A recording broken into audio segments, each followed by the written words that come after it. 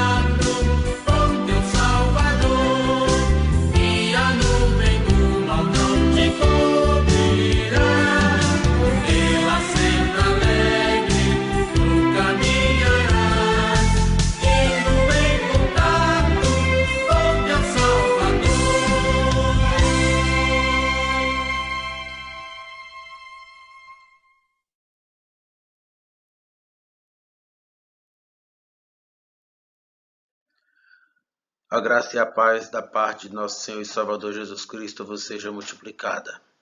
Hoje estamos estudando a lição de número 6, datada de 9 de agosto de 2020, cujo tema é Neemias reconstrói os muros de Jerusalém. Nosso texto áureo está no livro do profeta Isaías, no capítulo 60, versículo 18, que diz: Nunca mais se ouvirá de violência na tua terra, de desolação ou destruição nos teus termos, mas aos teus muros chamarás salvação e às tuas portas louvor. A verdade prática: somente despertados podemos vencer qualquer obstáculo para realizarmos a obra de Deus.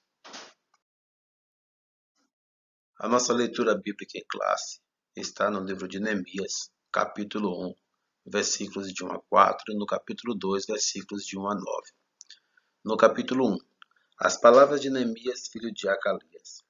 E sucedeu no mês de Quisleve, no ano 20º, estando eu em Susã, fortaleza, que veio Anani, um de meus irmãos, ele e alguns de Judá, e perguntei-lhes pelos judeus que escaparam e que restaram do cativeiro, e acerca de Jerusalém.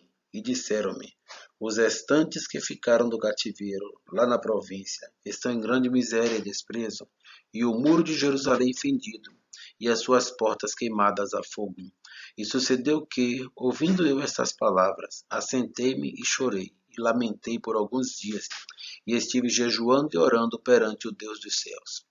Os versículos do capítulo 2 escolhidos, diz: sucedeu, pois, no mês de Susã, no ano 20º do rei Artaxerxes, que eu estava posto vinho diante dele, e eu peguei o vinho e o dei ao rei, porém eu nunca estivera triste diante dele. E o rei me disse: por que está triste o teu rosto? Pois não estás doente. Não é isto senão tristeza de coração. Então temi sobremaneira, e disse ao rei: viva o rei para sempre. Como eu não estaria triste o meu rosto, estando a cidade, o lugar dos sepulcros de meus pais, assolada e tendo sido consumidas as suas portas pelo fogo? E o rei me disse: que me impedes agora? Então orei ao Deus dos céus e disse ao rei: se é do agrado do rei, e se o teu servo é aceito em tua presença, peço-te que me envies ajudar a cidade dos sepulcros de meus pais, para que eu a reedifique. Então o rei me disse, estando a rainha sentada junto a ele: quanto durará a tua viagem? E quando voltarás? E aprove ao rei enviar-me, apontando-lhe um certo tempo. Disse mais ao rei: se ao rei parece bem, deixe-me cartas para os governadores da além do rio, para que me permitam passar até que chegue a Judá, como também uma carta para Asaf, guarda da floresta do rei, para que me dê madeira para cobrir as portas do paço da casa, para o muro da cidade, para a casa em que eu houver de entrar. E o rei mais deu, segundo a boa mão de Deus sobre mim. Então fui aos governadores da além do rio, e dei-lhes as cartas do rei. E o rei tinha enviado comigo capitães do exército e cativeiros.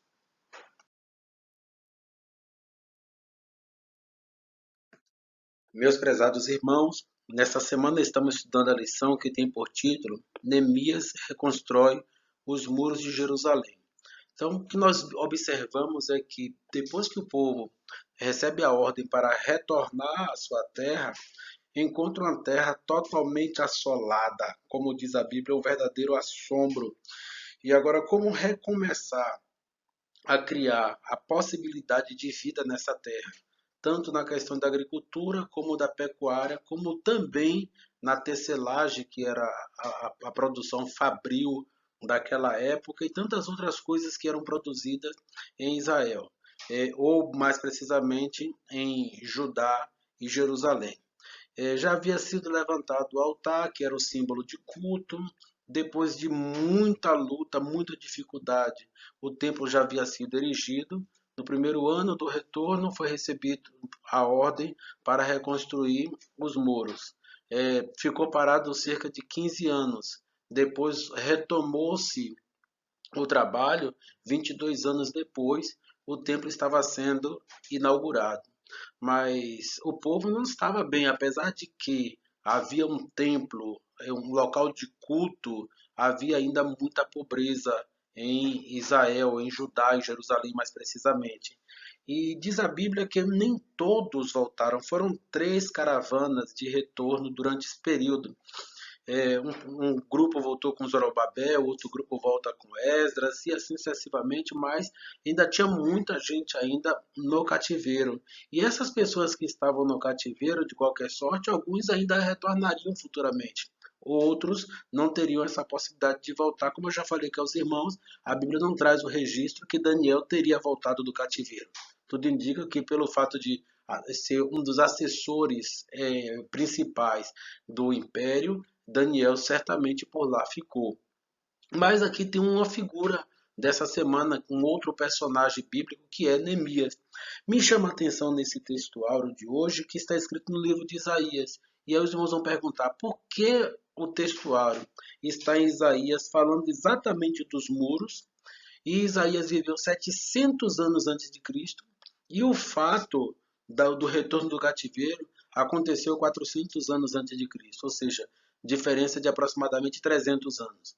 É porque o Deus que nós servimos é um Deus onipotente, onisciente, onipresente. E Deus já havia revelado a Isaías que o povo de Judá e Jerusalém passaria por um cativeiro babilônico. E Deus não negou que seria na Babilônia. Babilônia, nessa época, não era nem império, mas ele se tornou império em cumprimento da mensagem profetizada por Isaías. No momento certo, caiu lá no cativeiro babilônico. Só que Deus já tinha falado também de Ciro e de Dário, quer dizer, nome de dois personagens que ainda nem tinha nascido, nem estava no cenário histórico, mas Deus já tinha revelado que surgiriam esses homens para trabalhar em favor do povo, da sua nação, da sua herança, para que retomasse a sua terra. Esse é o Deus onisciente. Ele escreve a história antes que ela aconteça. É diferente do homem. O homem escreve a história com foco no passado. Deus escreve e tem o controle da história no passado, presente e futuro, porque é o mesmo ontem, hoje e eternamente. Então Isaías deixa registrado no Isaías 60:18 que também não tem muita ligação com essa reconstrução dos muros, mas sim com o reino milenar de Cristo, mas esse textuário se encaixa enfaticamente nessa lição. Nunca mais se ouvirá de violência na tua terra, de desolação ou destruição dos teus termos, mas aos teus muros chamarás salvação e às tuas portas louvor. Acredito que o comentarista da lição ele trouxe esse textuário em Isaías 60:18, em virtude de os muros eles representarem uma segurança, uma salvação, uma proteção para uma nação, para uma comunidade. Então, como a lição de hoje fala da restauração dos muros, significa dizer que o povo que habitavam aquela terra estava vulnerável. Vulnerável por quem? Pelos assaltantes que moravam ali nas circunvizinhanças, por aqueles inimigos dos judeus que não queriam que jamais que eles retornassem à terra. Eles estavam ali a qualquer custo querendo uma oportunidade para assolar a terra, para assaltar, para estuprar, para violentar as pessoas. Então, sem muros, ficaria muito mais fácil eles terem acesso, não só fisicamente, não só para entrar, mas inclusive verificar, acompanhar tudo que era construído dentro daqueles termos. Então não tinha segurança, irmãos, nem para o plantio, porque se eles quisessem atrapalhar o plantio, eles ficavam só observando e quando todos fossem dormir, eles entravam nas propriedades territoriais e assodavam ou destruía as plantações. O que nós observamos nessa lição de hoje, que ela é bastante importante. Já estudamos personagens aqui nesse trimestre, que o Esdras, por exemplo, que foi encomendado por Deus, despertado por Deus para restaurar o templo, que era o lugar de adoração. Vemos um Ciro que assume o poder e autoriza o retorno do povo, que não seria nem por força, nem por violência, mas pelo Espírito de Deus, e as coisas depois, futuramente, foram dessa forma. Não precisou o povo lutar, derramar sangue, porque Deus comoveu o imperador e ele assinou um edito. Vimos a providência de Deus em relação aos meios econômicos para a reconstrução do templo. Vimos um Deus que estava interessado na restauração daquele povo. Não era somente interessado no culto, era interessado na restauração daquele povo, porque Deus havia feito uma aliança com aquela nação, com aquele povo, e ele precisava cumprir a sua promessa, e agora só faltavam pouco menos de 500 anos para Jesus ir ao mundo, e Jesus iria ao mundo através da tribo de Judá, e isso já estava previsto lá em Gênesis 49:10, quando Jacó abençoa todos os 12 filhos, e quando chega em Judá, ele diz: o cetro não se arredará de Judá, até que venha Siló, e a ele se congregarão os povos. Então, jamais, ainda que as outras 10 tribos se desviassem, se misturassem com os samaritanos, e fosse cada um procurando rumos diferentes, Judá teria que ser protegido e guardado por Deus, porque tinha uma promessa ali em Judá. Me chama a atenção também de Judá é que quando José ele constitui-se como um alvo da vingança ou do ódio dos seus irmãos, principalmente pelos seus sonhos e pelo tratamento que recebia de seu pai.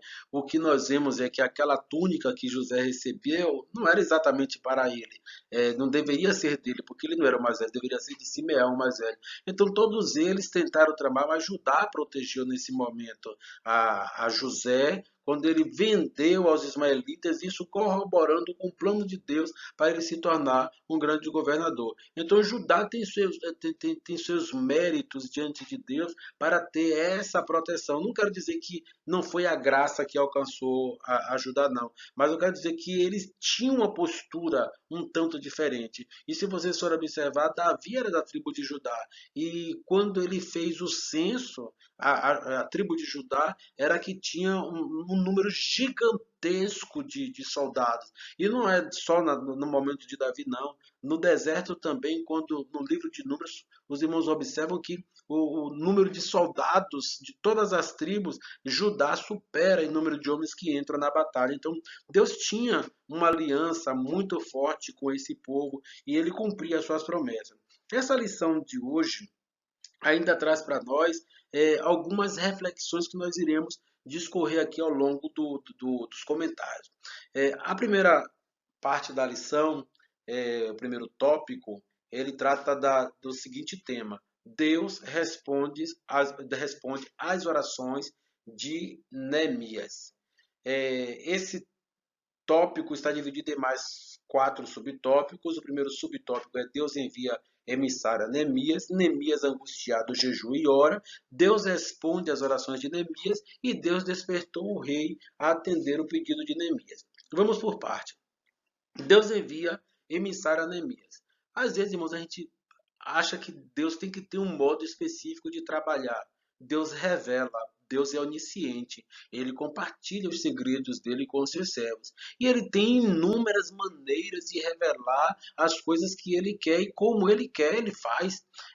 Deus revela por sonhos, Deus revela por visões, Deus revela por profecia, Deus revela através da palavra, Deus revela através de uma sensibilidade que você tenha. Mas Deus também pode usar uma outra pessoa para te contar algo que você precisa saber e às vezes até de forma involuntária. Exemplo, Neemias estava lá no palácio do rei.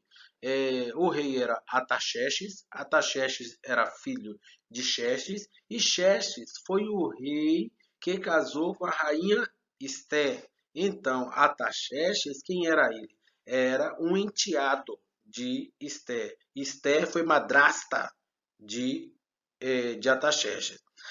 Então, talvez por isso, Neemias ele estava ali a serviço do rei, porque ele era um judeu também da linhagem de Esté, e estava ali, ele tinha uma função especial. Ele era o copeiro do rei, eu não vou dizer do rei, não, irmão, copeiro do imperador. E por que era uma função de confiança? Porque o rei ou o imperador tinha muitos inimigos. O copeiro, se ele quisesse, ele poderia simplesmente tirar a vida de um imperador apenas com um alimento. Nesse caso de Neemias, ele era um dos oficiais. Era um servidor público de alto escalão, de alta confiança de Artaxerxes. Ou seja, tudo que ele trazia para alimentar Artaxerxes, Artaxerxes sabia que podia se alimentar porque o Neemias era da sua confiança. Ele poderia simplesmente dizer o seguinte: eu soube que o povo que desceu, saiu do cativeiro e foi para a terra de Judá e Jerusalém, estão passando fome e necessidade, estão vulneráveis, os muros estão destruídos, as portas não existem e as pessoas entram e saem a qualquer momento, estão muito vulneráveis à violência da região. Mas o que me importa? Eu estou aqui bem empregado, tenho um alto posto público e pouco me importa aquela situação. mas não foi dessa forma. É, Deus, quando permitiu que os emissários, a Bíblia fala que foi Anani, chegou até Neemias e contou a situação, Neemias não fez ouvido de mercador, não ouvidou-se de atentar para a necessidade do seu povo. Ele caiu em tristeza. Quando ele cai em tristeza, ele toma uma atitude diante de Deus, porque ele fica angustiado, enquanto ele estava no alto posto, uma condição financeira excelente, desfrutando de uma confiança do imperador, tá? E ganhando certamente altos salários. Ele poderia simplesmente ignorar a situação, mas ele se entristeceu e tomou uma atitude. Começou a orar e jejuar nessa sua angústia pelo seu povo. Não por ele não estava precisando mais do seu povo. E começou, irmãos, a entrar num processo com Deus que levou 4 meses, que para nós seria do mês de dezembro ao mês de março. E ele continuou nessa oração, e o rei, percebendo esse estado de tristeza de Neemias, o que um rei pensaria vendo aquela pessoa que era para estar feliz em ter a posição que tinha, cada dia chegar com o semblante caído diante dele? Ou que essa pessoa estava doente, mas o rei sabia que não estava doente, porque ele afirma aqui, como ele diz aqui no versículo no capítulo 2 de Neemias, e o versículo 2: E o rei me disse: Por que está triste o teu rosto, pois não estás doente? Então o rei não estava, o Neemias não estava doente, mas estava triste. E isso trouxe preocupação para o rei. Porque o que é que Neemias estava tramando contra o rei? O que é que Neemias estava passando que não estava confidenciando ao rei? Será que ele estava sabendo demais e estava triste? Então o rei ficou preocupado e a sentença era de morte se o rei perdesse a confiança, ainda mais naquela posição que ele se ocupava. Então o rei, depois de servido, que aqui fala que foi o vinho que foi servir, mas na Bíblia, na linguagem de hoje, traz que esse alimento é o alimento do jantar, né? Então o rei já ia jantar para repousar. E ele percebe, ele pergunta, ele questiona de Neemias, e Neemias, a Bíblia diz que Neemias temeu. Se Neemias temeu, é porque Neemias sabia o risco que estava correndo em transparecer para o rei essa sua tristeza. Já pensou, irmãos? Ele disse que o rei pergunta por que ele estava com tristeza de coração. Essa tristeza de coração, para nós, poderia ser uma depressão leve ou moderada. Será que ele não estava passando por isso? Quem pode confiar em alguém que esteja passando por um quadro desse, sem um diagnóstico preciso? Então, o que diz a Bíblia é que Neemias temeu. E quando Neemias temeu, ele fala a verdade para o rei. Como é que ele poderia ficar alegre se ele sabia que a terra dos pais dele estava assolada, que o povo dele estava passando necessidade? E aí ele conta a sua história para o rei. Então, 4 meses jejuando e orando por esse momento. Mas interessante é que quando o rei pergunta, Neemias primeiro vai perguntar a Deus o que é que iria responder ao rei, porque ele sabia que ele tinha que dar uma resposta para o rei, mas ele queria dar a resposta que fosse a resposta de Deus, não a sua resposta. Tem momento que nós oramos e jejuamos, e quando chega o momento de darmos a resposta não pode ser a nossa, e sim a resposta de Deus. E Deus responde às orações de Neemias. O rei só pediu uma coisa, irmãos, é isso que você está querendo? Querendo ir à terra? Neemias pede carta para os governadores liberarem a passagem dele, para as pessoas liberarem material, recurso para ele restaurar os muros e até construir uma casinha para ele ficar lá enquanto ele estivesse por lá. O rei só perguntou, só pediu ele: vou te dar as cartas, mas eu quero saber quando é que você volta. E isso nos chama a atenção. Você tem que me dizer antes de eu te dar as cartas quando você volta. Quer dizer, o rei não queria ficar vulnerável na mão de uma outra pessoa. Ele era o homem da confiança. Neemias, a partir daí, sabe que ele vai, mas ele vai ter que retornar, que ele não vai ter também o direito de ir definitivamente para a terra, porque ele tinha um cargo público, uma responsabilidade pública com o império. Ele não ia viver apenas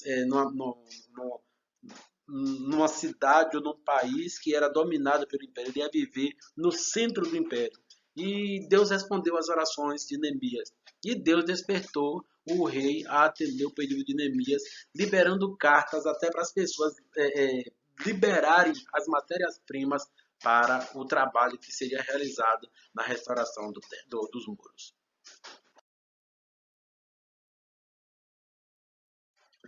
Nesse segundo tópico, irmãos, Neemias chega a Jerusalém. Já tem autorização do rei, já tem cartas brancas, né, para apresentar, tanto às autoridades como aqueles que iriam dar-lhes a provisão para a reconstrução dos muros ou restauração dos muros. Neemias agora toma uma outra atitude. Agora é momento de agir. E ele precisava agir de forma estratégica, porque ele estava ali rodeado de inimigos. Então, Neemias ele começou a fazer um levantamento da real situação dos muros. Porque não se pode meter mão ou empreender esforços sem conhecer, sem dimensionar aquilo que você vai ter como desafio à sua frente. Então, Neemias ele começou a fazer o levantamento, mas ele saiu à noite. Olha que vigilância, que prudência desse homem. Ele saiu à noite da companhia de poucos homens, para não chamar a atenção. Ele saiu na companhia de poucos homens, sem dizer a ninguém qual era o seu objetivo, para também não escapar as informações, porque vamos sair de noite para fazer isso, as pessoas iriam comentar, comenta em casa, os outros um comenta com o outro, comenta e de repente está todo mundo sabendo e inviabilizaria o trabalho que ele foi fazer. A primeira estratégia de Neemias foi sair à noite, segundo, com poucas pessoas, e terceiro, sem comunicado prévio do que seria feito para evitar que fosse comprometido o resultado do seu trabalho. E o que é que ele queria fazer? Um levantamento do que era realmente que ele iria precisar, quanto ia gastar, quantos dias ia precisar para fazer o trabalho, ou quanto tempo ia gastar com o trabalho. E quando chegou no local, Neemias declarou qual era a sua intenção. A intenção é: estou aqui para reedificar os muros. E depois que ele inteirou as pessoas dessa situação, a Bíblia diz que juntos as pessoas empreenderam esforços para reedificar aqueles muros que estavam precisando de manutenção, de restauração, e o povo todo abraçou esta obra. Como diz a Bíblia, em Neemias capítulo 2, versículos 17 e 18, levantemo-nos e edifiquemos, e esforçaram as suas mãos para o bem. Então foi esse o conselho de Neemias.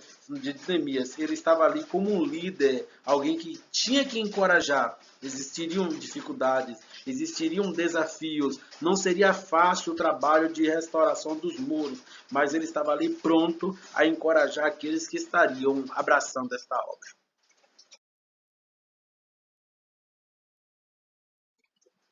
Nesse terceiro tópico, que estaremos vendo Neemias iniciando o levantamento dos muros, nós estaremos entrando mais um pouco na questão de administração. E quem estudou administração sabe que existem alguns teóricos da administração nas suas várias fases, da administração clássica, neoclássica, na behaviorista, na sistêmica, na administração por competências e assim sucessivamente, e até os conceitos mais atuais de administração. Existem coisas que não são novas na Bíblia Sagrada, porque a própria história de Neemias já traz alguns usos dessas práticas há quantos anos antes de Cristo?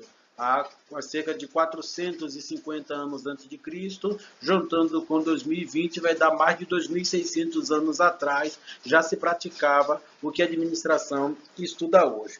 Quando nós vimos René Descartes falando sobre resolução de problemas, né, ele fala que precisamos pegar os problemas, dividir em partes iguais e daí resolvendo essas partes para depois ter a solução do todo. Porque se nós abraçarmos todo o problema, talvez nós não consigamos o êxito que nós gostaríamos. Uma outra coisa que me chama a atenção em administração, que eu vejo aqui também em Neemias, é aquela sigla PCDO, que é o planejamento, o controle, a direção e a organização. Esse planejamento é exatamente aquilo que Neemias fez no tópico anterior. saiu para verificar o tamanho do problema que ele tinha, chamou pessoas que pudessem lhe acompanhar, mas sem estar, já era uma questão estratégica também, sem estar expondo previamente o problema, mas naquele momento ele estava com o controle da situação e estava ali para dirigir e para organizar o trabalho. E isso ele faz tanto no planejamento como faz também na execução. É o planejar, o controlar, o dirigir e o organizar. Quando se trabalha com pessoas, especificamente hoje se fala em recursos humanos ou gestão de pessoas, você tem que dividir tarefas. E explica-se também na administração que liderar é diferente de chefiar. O chefe manda e o chefe ele é respeitado por medo. O líder não. O líder ele organiza o trabalho, se envolve com o trabalho e ele é uma espécie de estímulo para o seu liderado e o resultado é praticamente é bem superior, melhor dizendo, é bem superior ao trabalho do chefiado, porque o liderado ele se sente parte daquele produto e ele veste a camisa para desenvolver aquele trabalho. O que nós vimos aqui em Neemias? Neemias ele tinha um plano. O plano de Neemias era a tarefa da construção dos muros. Ele não poderia fazer sozinho.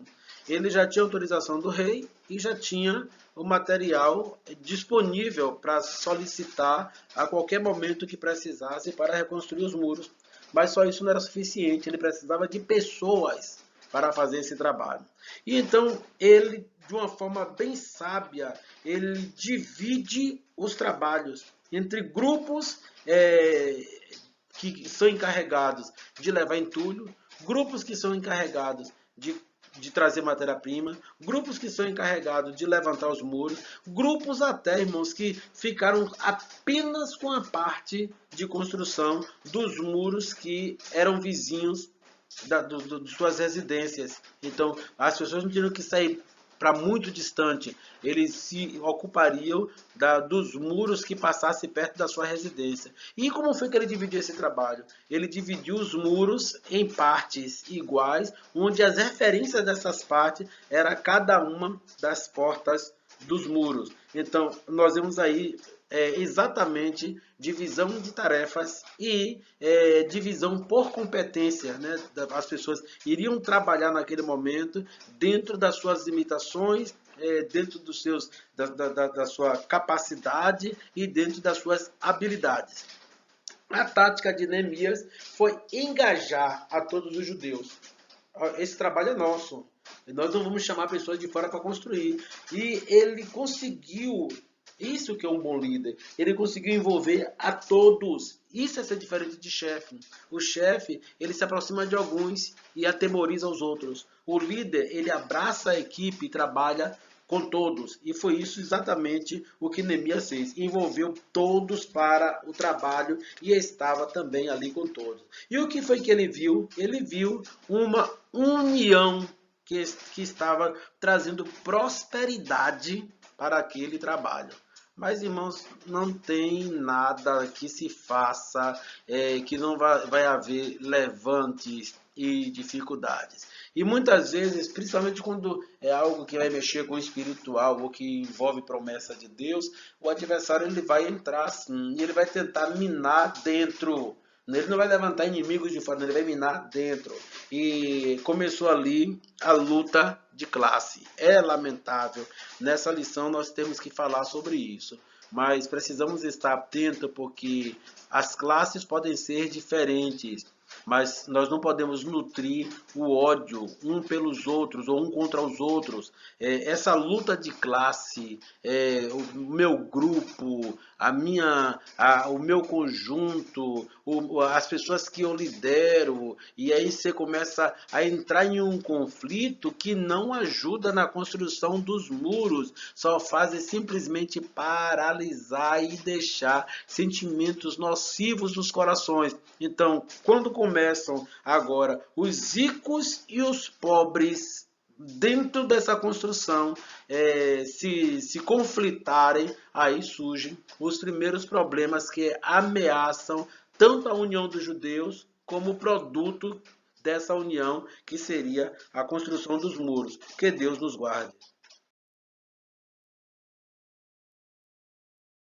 O quarto tópico da nossa lição fala sobre o levantamento dos muros e provocou grande oposição. É claro que tudo aquilo que fazemos que vai contribuir para o cumprimento de uma promessa de Deus na terra, é claro que os adversários irão se levantar. Houve o problema que já citamos no tópico anterior, que o adversário levanta um conflito ali dentro dos próprios liderados de Neemias, mas agora, como o trabalho não para, levantam-se os inimigos de fora, né, para tentar atrapalhar. Quem eram esses inimigos? Tinha inimigos antigos dos judeus, que eram os moabitas, os amonitas, os asdoditas e os árabes, e tinha também os inimigos mais recentes, que eram os samaritanos, que foram aqueles que foram mandados pelo império para tomar posse da terra para que Judá nunca mais voltasse a ser dono daquela terra. Então eles estavam indignados com a reconstrução daqueles muros e eles tentaram levantar-se a qualquer custo. Fizeram oposição astuta e amarga contra a reconstrução dos muros de Jerusalém e se mobilizaram em exércitos e marcharam contra Jerusalém. Neemias, irmãos, teve uma conduta de fé, de determinação, e diante de Deus ele colocou o povo para trabalhar de dia e de noite, não pararam aquela obra. De sorte, irmãos, que Neemias orou mais tempo do que o tempo que ele gastou na execução dos muros. Foram 4 meses de oração, e 52 dias para construir os muros, ou seja, não durou nem 1 mês e meio para a reconstrução dos muros, porque todos se abraçaram esta causa e não tiveram um momento de descanso enquanto não viram o trabalho concluído. Era de dia e de noite, e a Bíblia diz que eles tinham espada numa mão e um instrumento de construção na outra, e com essa organização toda de trabalho, todo mundo trabalhando, cada um na sua posição, foi possível que os muros fossem reconstruídos em apenas 52 dias. E os inimigos?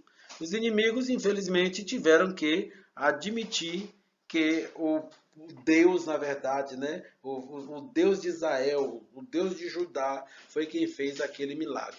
Se levantaram, mas se levantaram sem perspectiva nenhuma de vitória, porque Deus estava à frente de Neemias.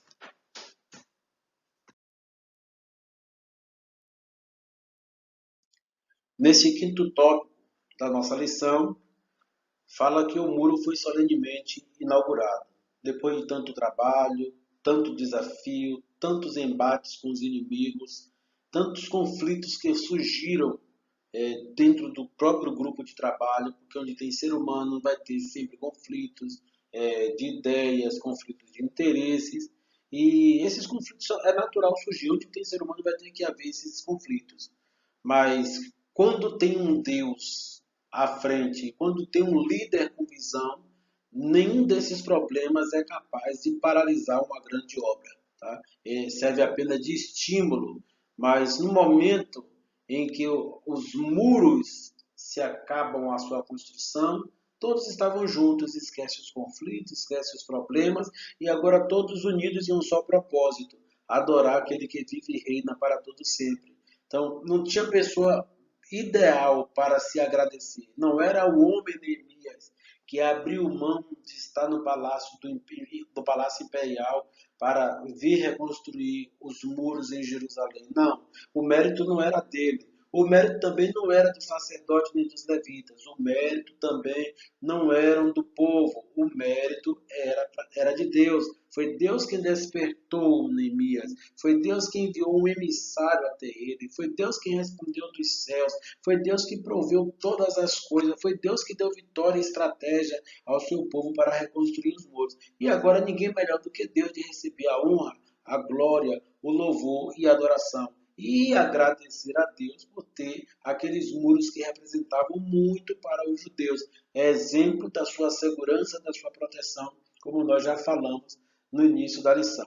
Então, para a dedicação dos muros foram convocados todos os levitas. Eles eram as pessoas responsáveis pelo serviço na casa de Deus, no templo de Deus. A Bíblia diz que houve purificação dos levitas, do sacerdote, todo o povo foi purificado e depois consagrado os muros e as portas para o Senhor. Então, irmãos, naquele momento que o povo estava reunido, se consagrando, Deus estava sendo glorificado através da vida do povo. As mágoas ficaram para lá, né, jogaram as mágoas no bar do esquecimento. A luta que houve entre os liderados, agora todos estavam sendo purificados e agora estavam agradecendo a Deus porque estavam num lugar mais seguro, menos vulnerável. E o ato da dedicação incluiu duas procissões ao longo dos muros, as quais pararam diante da casa de Deus, onde houve sacrifícios. Naquele momento, o povo de Judá e Jerusalém entenderam que era necessário parar diante da casa de Deus e sacrificar ao Senhor, porque o sacrifício fazia parte do culto.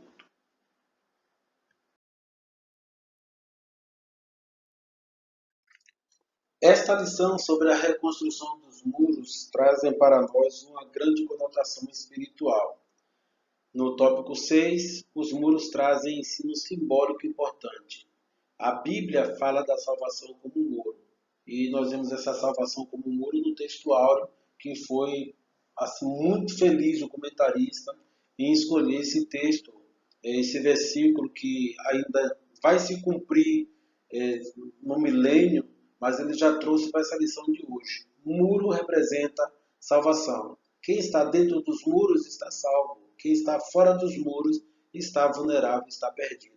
Tá? O muro da salvação não é um muro construído de tijolo e cimento e liga, não. O muro de salvação ele é um muro espiritual e invisível. E aqui eu vou ter que fazer uma ressalva. O comentarista ele fala que o homem, dentro dos muros, ele é livre. Eu quero dizer aos irmãos que Paulo deixa bem claro que a nossa liberdade tem limite. Nós não podemos usar a nossa liberdade para voltar a cometer coisas erradas.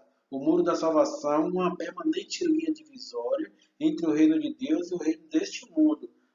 Se o crente de fato quer servir a Deus, ele tem o seu livre-arbítrio. O homem faz suas escolhas, mas no momento em que ele entrega a sua vida a Deus, ele também entrega seu livre-arbítrio. Ele não tem mais liberdade de fazer o que ele quer. Ele agora é propriedade de Deus, ele faz agora o que Deus quer. Entendeu? Então, nessa questão de ter liberdade, é preciso nós pautarmos que essa liberdade ela é condicional.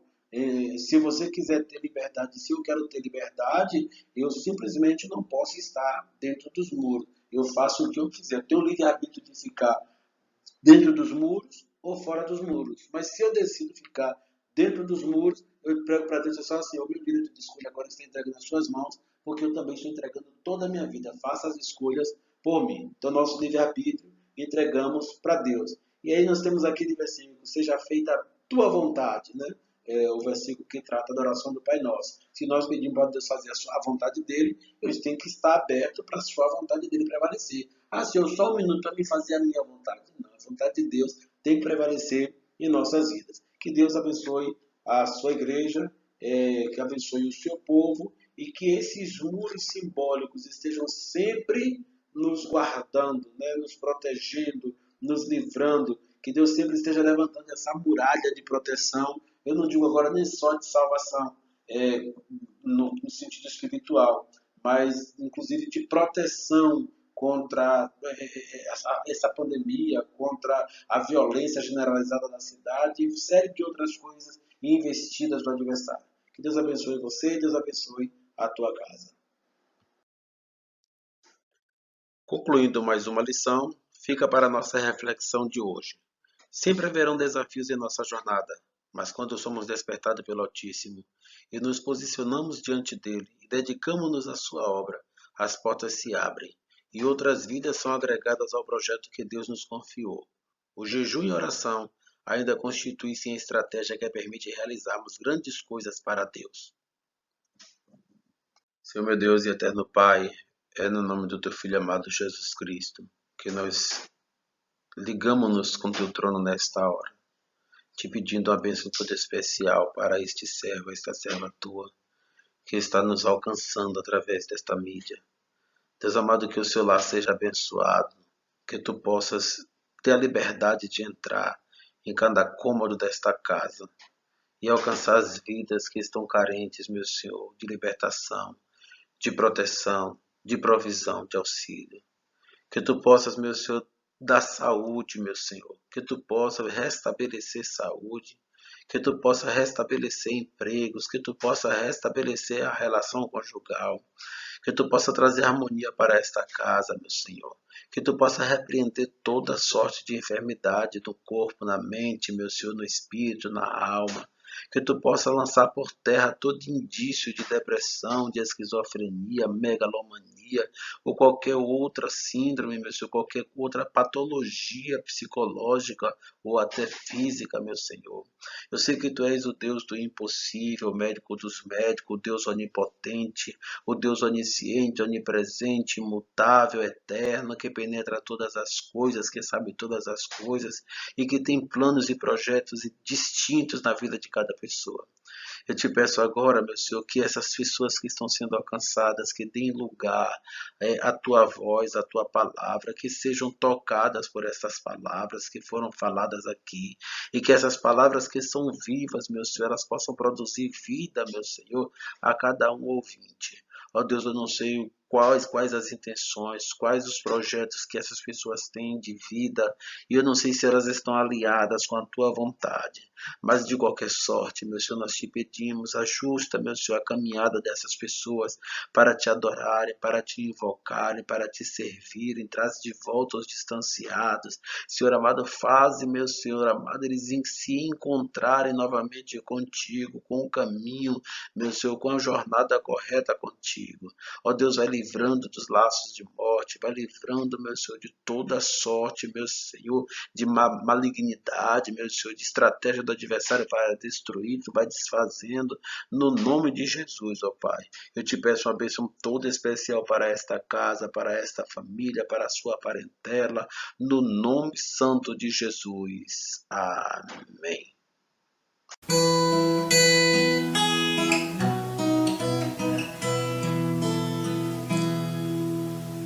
A graça de nosso Senhor e o amor de Deus e a comunhão do Espírito Santo sejam conosco. Amém.